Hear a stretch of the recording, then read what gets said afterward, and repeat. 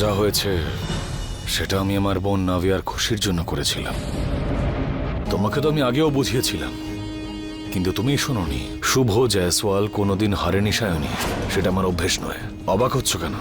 আমি আমার বোনের বিয়ে তোমার ভাইয়ের সঙ্গে দিয়েছি, আর ওকে নিজের বাড়িতে নিয়ে এসেছি, আর ওকে ঘর জামাইও বানিয়েছি, যে আর কোনোদিনও তোমার বাড়িতে ফিরবে না, কারণ আমার বোন এখানে থাকতে পারবে না। তুমি কি এটুকু বিষয় বুঝতে পারছো না? এনিওয়েজ, নাভিয়া ইউগকে ভালোবাসে, আর ইউগ আমাদের বাড়িতে খুব ভালো থাকবে, সেই বিষয়ে গ্যারান্টি দিচ্ছি তোমাকে।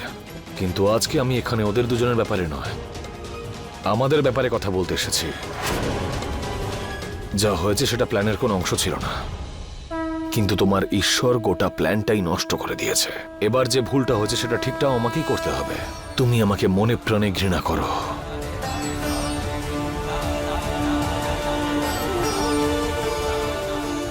আর আমিও। আর এই কথায় তো আমরা দুজনেই এগ্রি করি, তাই না?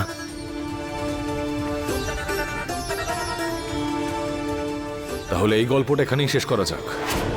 তুমি আজকেও আমার কাছে হেরে গেছো, আর ভবিষ্যতেও আমার কাছে হেরে যাবে।